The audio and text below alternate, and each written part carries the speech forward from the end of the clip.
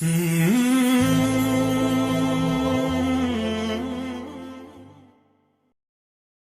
ثروتمندان جوامع اسلامی زکات را خوب میدادند، به هیچ وجه در جامعه‌ای که مسلمین ثروتمند زکات بدهند دزد نیست، گدا نیست، فقیر نیست، حسود نیست.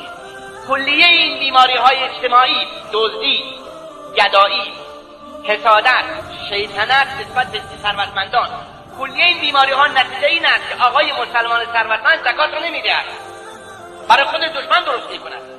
ولی اگر مطابق دستور اسلام ثروتمندان زکات را کاملا می‌دادند، هرگز برای جامعه اسلامی، برای مجتمع بزرگ اسلامی بیماری‌های از قبیل گدایی و یا دزدی وجود نداشت، یا اگر داشت خیلی کم، قابل کنترل و قابل علاج.